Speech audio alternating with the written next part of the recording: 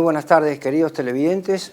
Hoy ya casi llegando, como les decía en el programa anterior, al final del ciclo 2025. Nos queda una reunión y Dios mediante el periodo de receso para poder retomar nuevamente con estos grandes temas que vengo seleccionando para de alguna manera intercambiar con ustedes en estos encuentros. Hoy con nuestra primera invitada por excelencia, la Virgen de Guadalupe, que viene presidiendo, según tengo entendido por los colegas del canal, casi todas las presentaciones que hacemos en las pantallas de TLV1. Y bien apropiado es por los tiempos que se avecinan y los tiempos que vivimos. Por eso yo personalmente he insistido, he subrayado la necesidad de la presencia de la Santísima Virgen María como corredentora y mediadora de todas las gracias. Vale la pena subrayarlo. Nunca será suficiente todas las veces que la invoquemos con esos grandes nombres, con esos grandes adjetivos, mejor dicho, con que llamamos a la Madre de Dios. Bueno, sin más, entramos un poco en materia con el título que nos convoca en el día de hoy, a saber, el problema de la inteligencia artificial, insisto, no como una cuestión puramente tecnológica, sino de alguna manera como atrofia de la inteligencia humana. Veremos que en verdad se trata de una atrofia mucho más amplia y de carácter profundamente espiritual, así como lo venimos tratando en los programas precedentes, en los programas de las reuniones anteriores.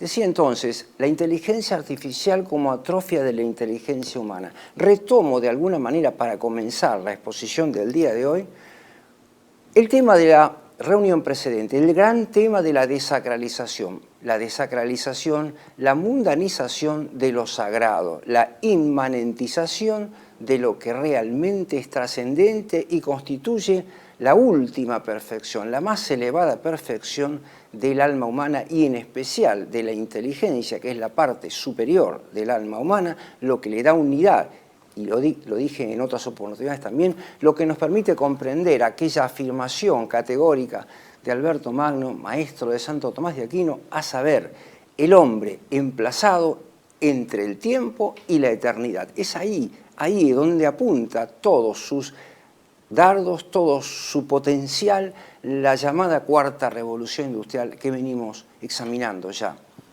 Decía entonces, retomando este tema que ya vengo desarrollando, el de la desacralización, cabe ahora establecer una premisa de partida, a saber, que la despotenciación, la desacralización, este proceso de inmanentización de lo sagrado, opera como causa eficiente próxima de la crisis, una crisis que conlleva la atrofia de la inteligencia humana. Para decirlo rápidamente, será el gran tema que trataré de agotar en el día de hoy. La pregunta, entonces, es a saber, ¿existe tan solo una atrofia de la inteligencia humana? Y yo diría que no, que el concepto de crisis y de atrofia involucra dos aspectos más.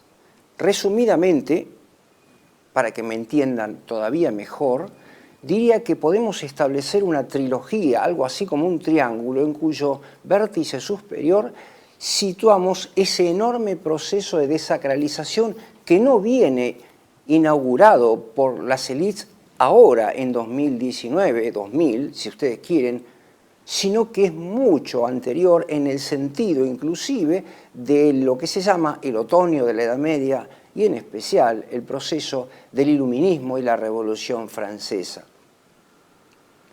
En los vértices inferiores podemos situar ese proceso de crisis y de atrofia y posteriormente en el índice restante inferior situaría entonces dos dimensiones de la atrofia que ya son más actuales, que nos sitúan en nuestra problemática, en la problemática que nos ocupa. Me refiero a una atrofia que yo llamaría multisistémica, que es aquella que lleva adelante la cuarta revolución industrial. Vale decir, la atrofia de la totalidad del orden de la creación, cuanto menos como tentativa, como propósito de estas élites globalistas.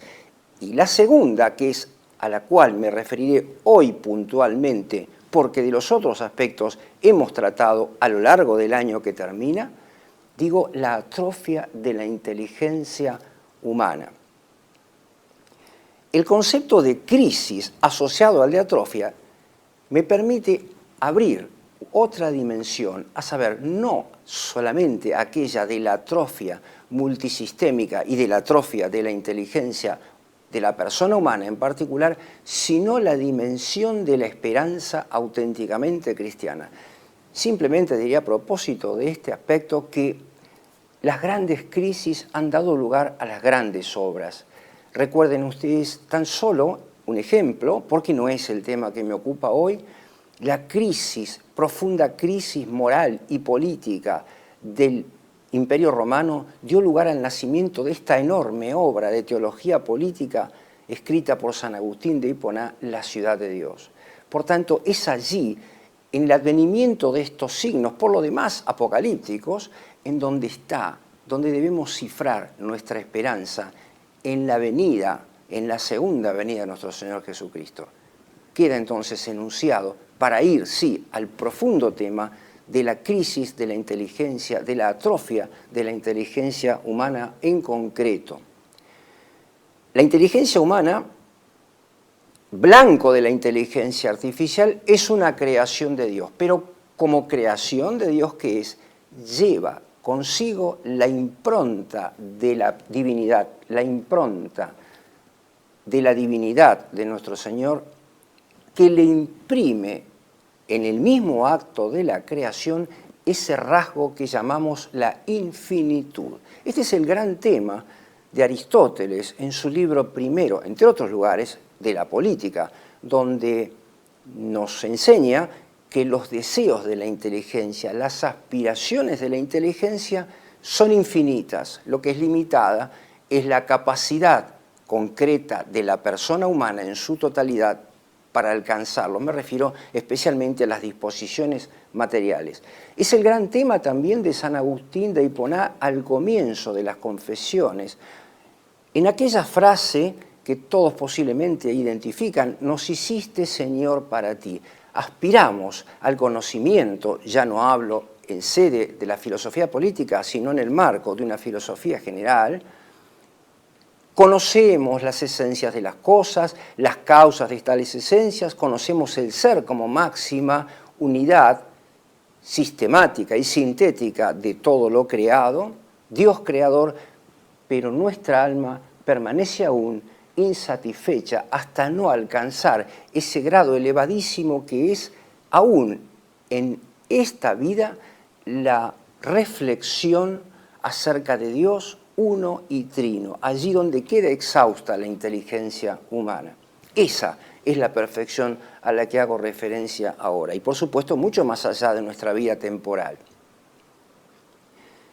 Esa infinitud, precisamente, es la que me permite determinar que, lograda la caducidad de la dimensión trascendente, nuestra inteligencia queda como incurvada sobre sí misma. Entonces, ese deseo, esa tendencia connatural a la inteligencia hacia la infinitud, solo encuentra la finitud del yo personal encerrado en la propia conciencia individual. Es el gran programa que inaugura Descartes, que continúa Kant y que llega hasta nuestros días. Allí, en esa confrontación del deseo de lo infinito con la finitud, es donde nace lo que se llama precisamente la angustia existencial, el nihilismo, y que puede incluso llegar a esa actitud radical, a saber, la del suicidio. Y hay muchas formas del suicidio, no solamente el material, sino ese hundimiento casi definitivo del alma en la nada, ese culto por la nada, que podemos ver en varias de las corrientes del pensamiento filosófico contemporáneo y post-iluminista.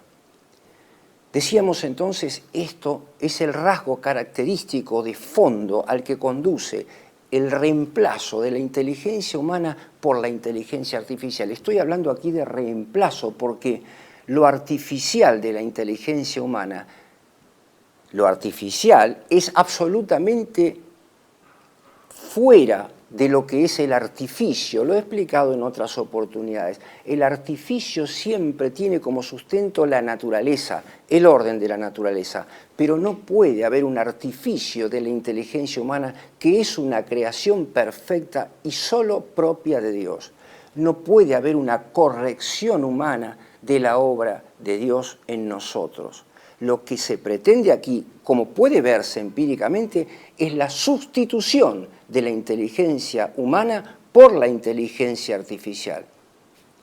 Habría que tratar este tema en dos etapas. En este programa de hoy, desde un punto de vista, diría, casi extrínseco, para concluir con ustedes en la recapitulación de los factores de contexto que producen esta atrofia de la inteligencia. Y en la próxima reunión, ya la última del ciclo 2025, me referiré a la inteligencia artificial como liquidación de todas y cada una de las potencias de la persona humana, no solamente de las tres potencias que conocemos del alma, sino también esas dos tridimensiones a las que hice referencia y que recapitularé oportunamente en la próxima reunión. Digo entonces, a manera de síntesis, que la crisis espiritual en la cual se inscribe el desarrollo de la cuarta revolución industrial está precedida por dos grandes crisis promovidas, provocadas y que dan lugar a una tercera. La crisis de la vida del espíritu, esta es la que provoca la cuarta revolución industrial, oponiendo a la reflexión que acaba en la contemplación de Dios, la cultura de lo inmediato, la cultura instintiva de la inmediatez. Esto no es algo que ocurre como resultado del orden de la naturaleza, sino que es algo expresamente provocado, y especialmente en los últimos tiempos, con este progreso de la vida online al que somos casi compulsivamente conducidos.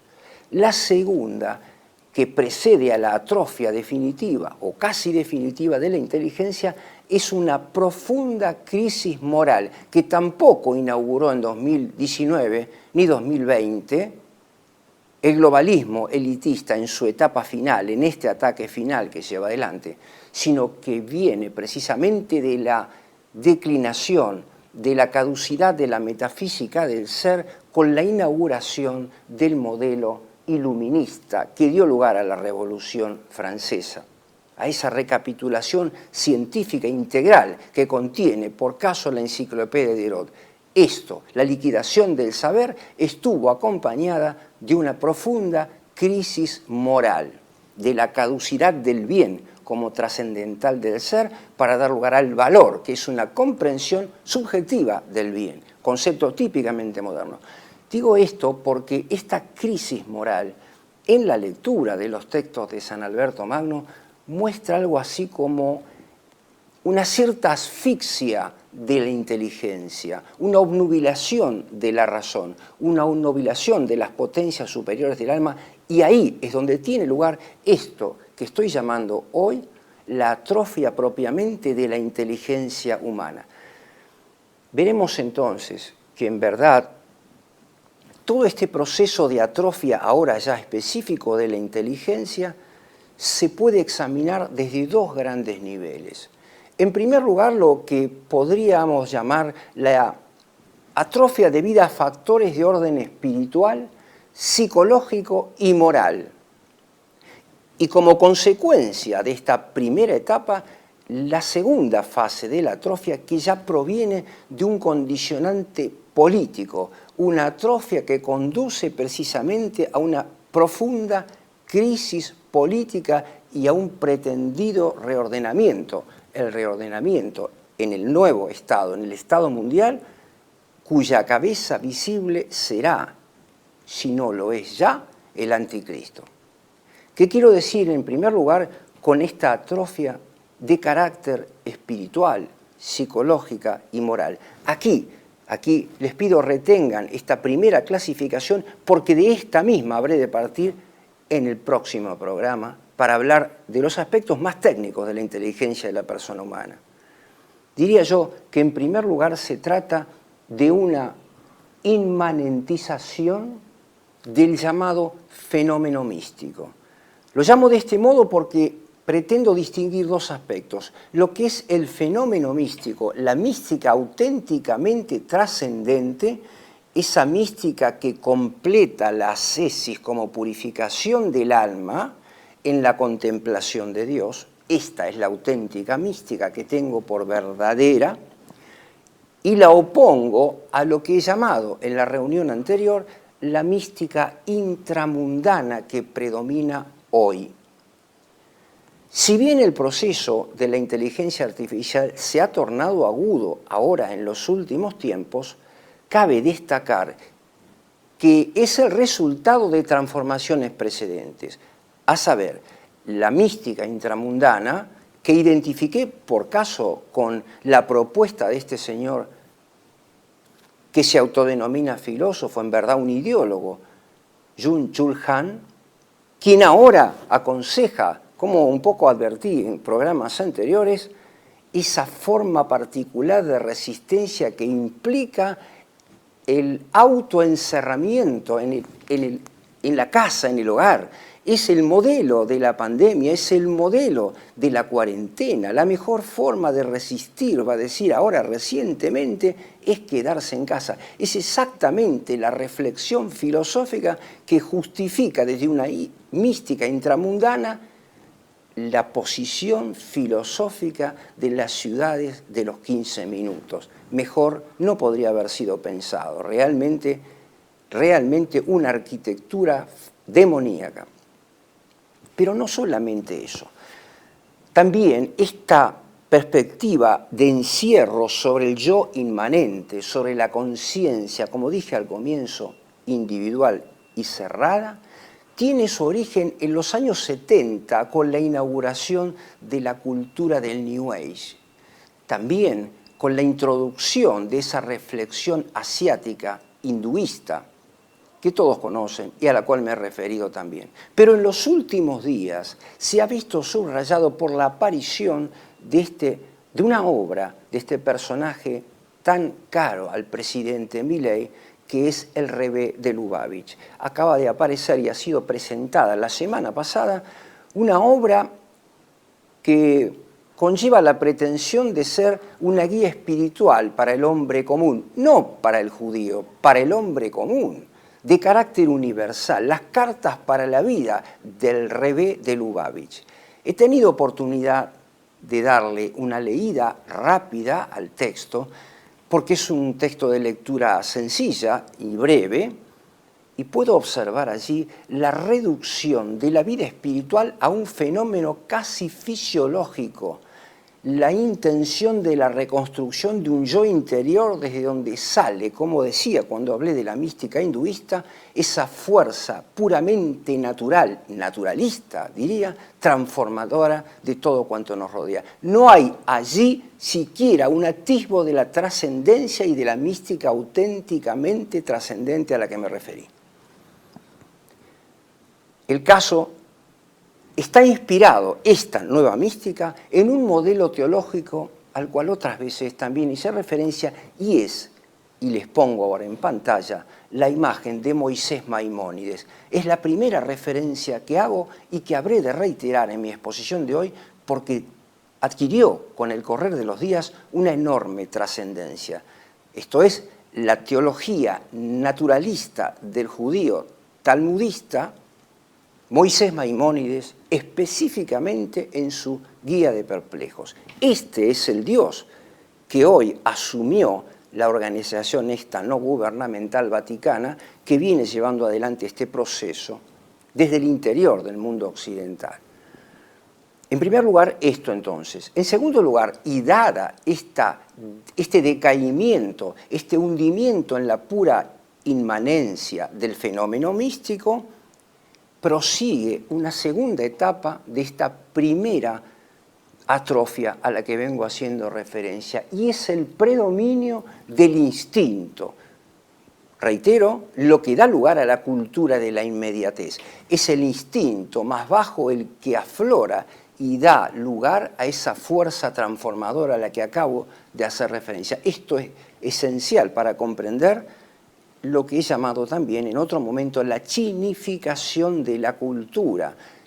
También extrañamente coincidente con el modelo teológico de Moisés Maimónides. Reitero, teólogo judío, talmúdico y además inspirador de una cosmología rigurosamente inmanentista. Como es lógico, completa este desarrollo un tercer momento de esta primera fase de la atrofia de carácter espiritual, de carácter moral y de carácter psicológico, que es la justificación a los efectos de homogeneizar la reacción instintiva, a los efectos de garantizar la sostenibilidad y la paz política de los que sueltan sus instintos, la justificación de la intervención genética para, por medio de la inteligencia artificial, regular las reacciones, controlarlas de tal modo de responder a los imperativos de la sostenibilidad y de la paz política, el control de la conducta humana. En una segunda fase, acabados estos tres momentos de la primera fase a la que hice referencia, como anuncié, lo que llamo una atrofia ya en el plano político. Y esta atrofia en el plano político bien puede asociarse con lo que llamé también al comienzo la atrofia multisectorial. ¿Qué quiero decir con esto? El progreso ya no de la inteligencia artificial como reguladora de las conductas y de los instintos de cada persona concreta, sino de la inteligencia artificial general que regula y controla la totalidad del sistema planetario. Inteligencia artificial general como etapa última de evolución de la inteligencia artificial a secas. Y esta segunda y última etapa tiene lisa y llanamente directa relación con la teología de Maimónides. Brevemente, para Moisés Maimónides, el mundo es un solo cuerpo que posee una sola inteligencia, una inteligencia única. Toma esta idea de intelecto único, que ustedes comprenden íntimamente vinculada con la actual inteligencia artificial. Digo, retoma esta idea del intelecto único que viene a reemplazar a la inteligencia agente de la persona humana. Voy a retomar este concepto en la próxima reunión. Valga por ahora solo cuanto estoy diciendo, vale decir, la sustitución de la inteligencia de cada persona concreta en favor de un intelecto único. Y la tesis no es de Maimónides, sino que la toma de su maestro Al-Farabi. Otros árabes posteriores, como Averroes, han recogido la misma doctrina, que también constituye algo así como un guión antropológico, filosófico, del pensamiento árabe de los siglos X en adelante, y especialmente el siglo XII, que es el siglo de Moisés Maimónides.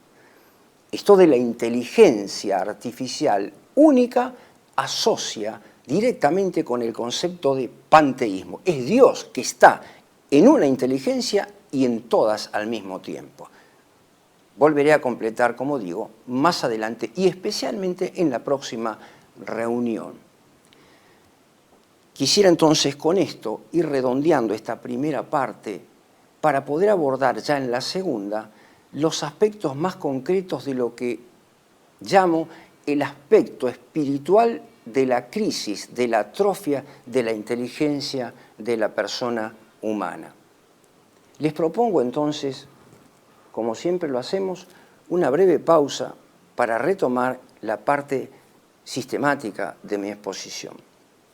Residencia como en casa, siempre contigo. Es un hogar habilitado en la ciudad de Buenos Aires con más de 30 años de experiencia en el cuidado de adultos mayores. Ubicada en el barrio de Villa Real, en pasaje Francisco Bauzá 2372, casi esquina Tinogasta. Ofrecemos atención personalizada y un ambiente cálido para nuestros abuelos. Contamos con habitaciones premium, con baño privado y TV por cable, menú supervisado por nutricionista, cocina de primera calidad, jardín terraza para el esparcimiento y conectividad para videollamadas y llamadas telefónicas. Además, ofrecemos servicios opcionales como peluquería personalizada y confección de ropa a medida. Comunicate al 11 50 35 15 25. En Como en Casa, el bienestar y la comodidad de nuestros adultos mayores es nuestra prioridad. Los esperamos. Tele-V1 se complace en anunciar que estará transmitiendo en su canal Tele-V1 Clips valiosos programas emitidos antes de la censura sufrida. El lienzo prohibido, El revés del derecho, Combates por nuestra historia, Disenso, Historias de Malvinas, entre otros que podrán encontrar en este enlace.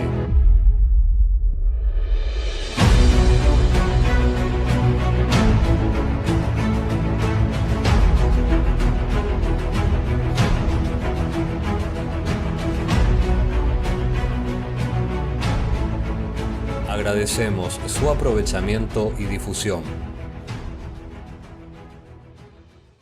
Bienvenidos a CEPA, Centro de Estudios del Pensamiento Americano. Nuevo sitio web de cursos de formación en política, filosofía, historia, literatura, geopolítica, religión, psicología y más. Cursos de formación que reflejan el verdadero pensamiento americano. Lo invitamos a elegir el curso de su agrado ingresando en www.cepa.la.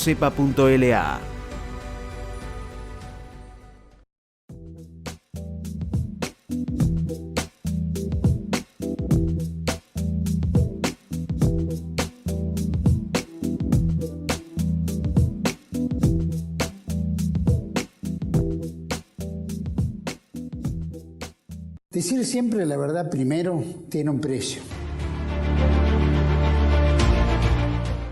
Dependemos de tu ayuda. Tele-V1, toda la verdad primero.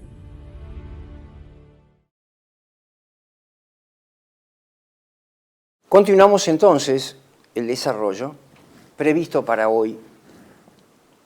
Me refiero, reitero, a los aspectos que desde el nivel espiritual concurren como causa eficiente próxima a lo que hemos llamado la atrofia de la inteligencia humana. Veamos de qué se trata. En primer lugar, diría que debemos confrontar dos grandes principios aquí. El principio de inmanencia y el principio de trascendencia.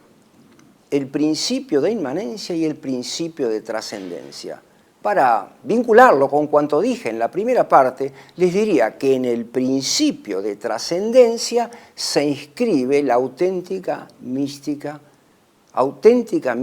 trascendente de la teología sobrenatural católica.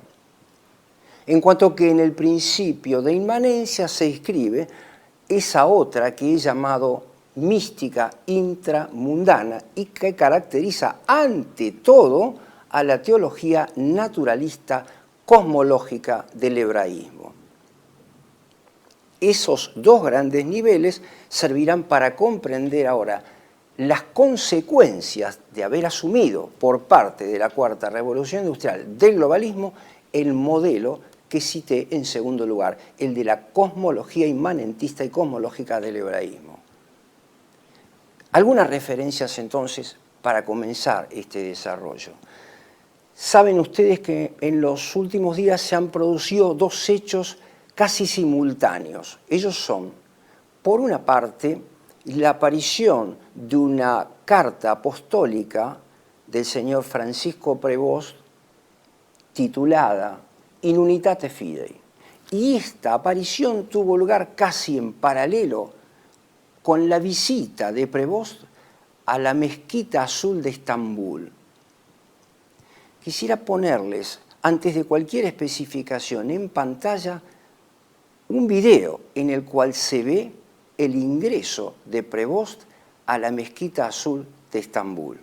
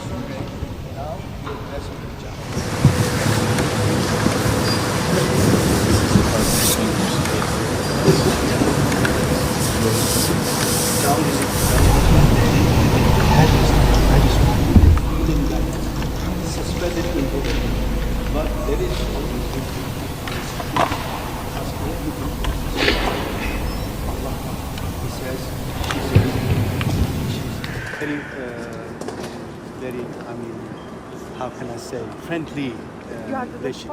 Of course. So you can, if you want, you can worship here. I said, but he said that's okay. He said, and he wanted to see the mosque, wanted to feel the atmosphere of the mosque, I think, and he was very pleased with the atmosphere.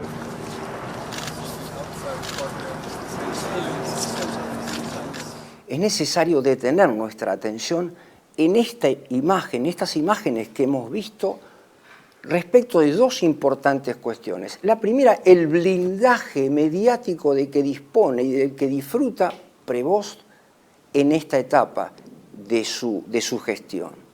¿Por qué hablo de un blindaje mediático? Porque como se lee en el video, se habla de que el señor Prevost ingresó a la mezquita, pero no rezó, puntualizando, haciendo patente mediante ese acto aparente de omisión, una cierta rebeldía respecto de la línea pastoral, de la línea diplomática de su predecesor, Jorge Mario Bergoglio. Quisiera, en primer lugar, desvirtuar esa idea, desvirtuar ese concepto. Aquí no hay ninguna rebeldía, aquí hay una perfecta continuidad, porque como bien se ve, y ahora abordamos la segunda cuestión que me interesa señalar, como bien podemos observar en las imágenes, Prevost se descalza, se saca los zapatos para ingresar. Pero este gesto tiene un significado religioso y piadoso en la religión musulmana. A saber, es un acto de piedad, es un acto de latría, es un acto de respeto al lugar sagrado al cual está ingresando. Es un lugar tan sagrado que antes que se construyera la Mezquita Azul de Estambul, en ese lugar había nada más ni nada menos que la Catedral de Santa Sofía en Estambul. Vale decir, cuando el Imperio Otomano tomó Constantinopla, instauró en lugar del templo católico esta mezquita que ahora visitó reverencialmente el señor Prevost. De tal manera que aquí no hubo un acto de rebeldía de ninguna naturaleza, ni respecto de la línea doctrinal de Jorge Bergoglio, ni tampoco se ha roto aquí la orientación radical, inmanente del ecumenismo que lleva adelante la totalidad de los supuestos papas desde Juan XXIII incluido en adelante y que se inauguró con el Concilio Vaticano II. Ese es el guión diplomático y espiritual de todos estos a los que vengo llamando impostores en la silla de Pedro.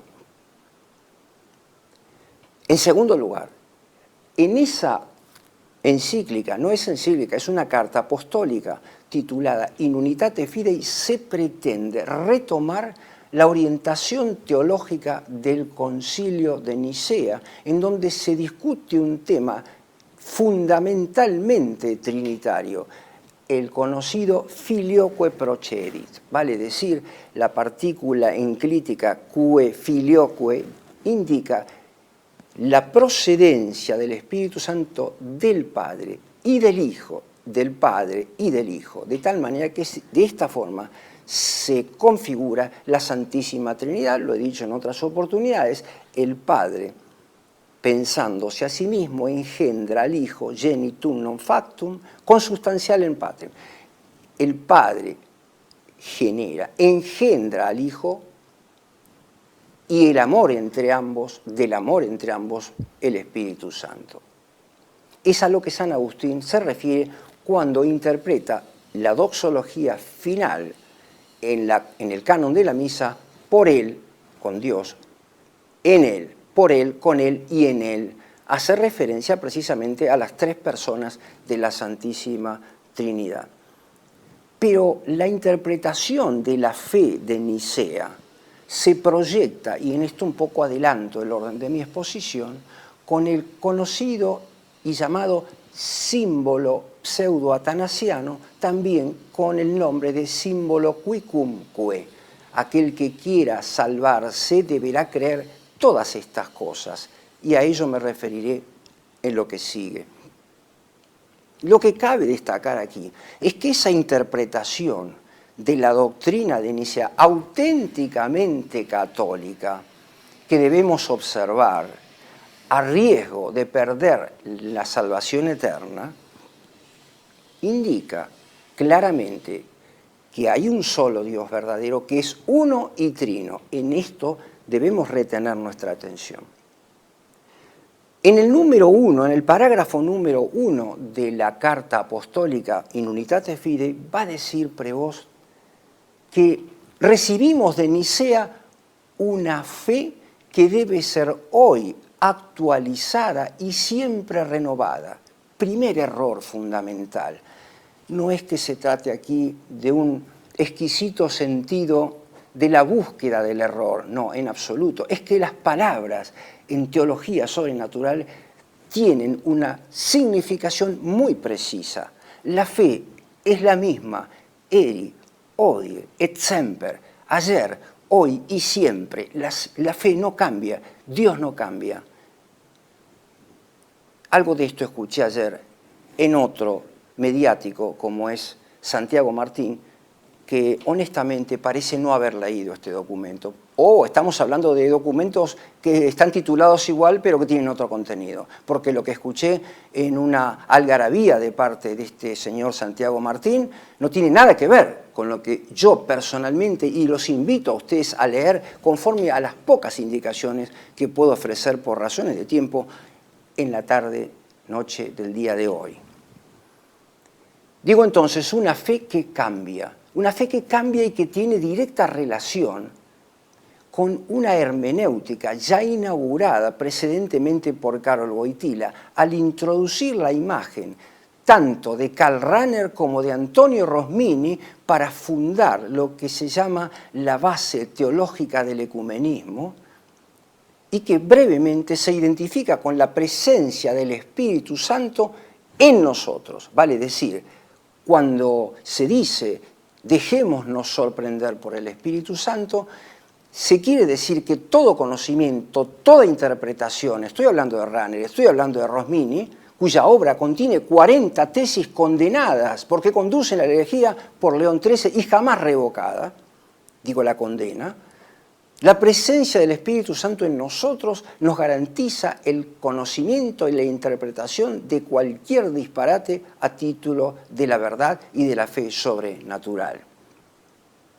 Esto se puede leer especialmente en un maravilloso estudio encargado por Montini al padre Cornelio Fabro, posiblemente el último metafísico del siglo XX, donde se prueba acabadamente con los textos de Antonio Rosmini la directa relación de su ontologismo, de su panteísmo naturalista a la herejía. Esto garantiza el ecumenismo en el sentido de lo que Karl Rahner va a llamar, y que también acepta hoy esta teología modernista, la tesis de los católicos anónimos. Alguien puede ser budista sin darse cuenta que en verdad está siendo católico, porque detrás de Buda estaría buscando por interpósita vía al mismo Dios uno y trino del que vengo hablando. Un disparate que no resiste análisis. La segunda afirmación se encuentra un poquito más adelante, a saber, es la misma en sí carta apostólica, a saber ¿Cuál es el objeto de esta fe que puede cambiar, que debe actualizarse? En el número 5 se habla de la creencia en un Dios uno y único. Pareciera como redundante, pero es que los dos términos tienen una recíproca relación. Uno hace relación a la idea de un Dios uno, pero único hace referencia a la originalidad de ese uno, con lo cual estoy excluyendo por omisión a la Santísima Trinidad y me aproximo sin ningún lugar a dudas al Dios uno, primer motor del universo, al Dios del universo, al cual nos propone rezar en el ofertorio la misa montiniana, la misa reformada. Y esta es obra que se encuentra explícitamente anunciada en la Guía de Perplejos de Moisés Maimónides, reitero, teólogo judío talmudista. Un poco más adelante, en el número 7, se especifican algunas características notables acerca de esta comprensión de Dios que nos propone Prevost. La primera de ellas es que se trata de un Dios que, haciéndose siervo y semejante nuestro, cito textualmente las palabras de Prevost, deja de lado, abandona la majestad de su divinidad o la divinidad de su majestad para hacerse como nosotros. Malas noticias para el señor Prevost, pretendidamente agustiniano. Muy malas noticias. ¿Cuáles son estas malas noticias? Que San Agustín, en su célebre obra, que debería ser obra canónica de estudio en todos los seminarios sacerdotales del mundo, me refiero al Tratado de Trinidad, dice en el libro primero, precisamente también en el capítulo 7, en el parágrafo 14, que Dios, haciéndose siervo y servidor nuestro, de ningún modo abandona ni su majestad ni su divinidad. Estoy hablando de una contradicción flagrante que cualquiera puede comprobar con la sola lectura de los dos textos de Trinitate y este parágrafo que estoy citando acá. Otra de las características de este Dios novedoso que ha creado Prevost es, a saber, un Dios infinitamente misericordioso que no prohíbe ni castiga. Es el Dios del progresismo, el Dios de la misericordia, menos la justicia. Menos la justicia. Si ustedes ahora proyectan como sistemáticamente corresponde, Nicea al símbolo cuicumque, verán allí que se trata de un Dios que sí efectivamente castiga y anuncia allí las dos eternidades. Y va a decir allí aproximadamente el símbolo cuicumque esto que se rezaba en el oficio divino todos los domingos, no solamente el domingo de la Santísima Trinidad, y que ha caído en desuso porque ya en esta liturgia de las horas los sacerdotes rezan mucho menos que en el preconcilio. Dice así y comienza de esta manera: quien quiera salvarse, quien quiera garantizar su salvación, debe creer en todos estos aspectos que se desprenden de la Santísima Trinidad y se enumeran y se responde a las herejías que aparecieron con posterioridad a Nicea. Pero lo más importante es casi ya llegando al final, donde se dice, donde se lee esto: qui bona egerum ibum invitam aeternam, sed qui mala in ignem aeternum. Vale decir, en castellano, quienes obraron bien irán a la vida eterna, pero quienes obraron mal irán al fuego del infierno. Doctrina que hoy se niega, lo escuchamos en el hereje Bergoglio cuando dijo que si existe un infierno es un estado del alma y en todo caso está vacío el infierno. Por la misericordia de Dios también.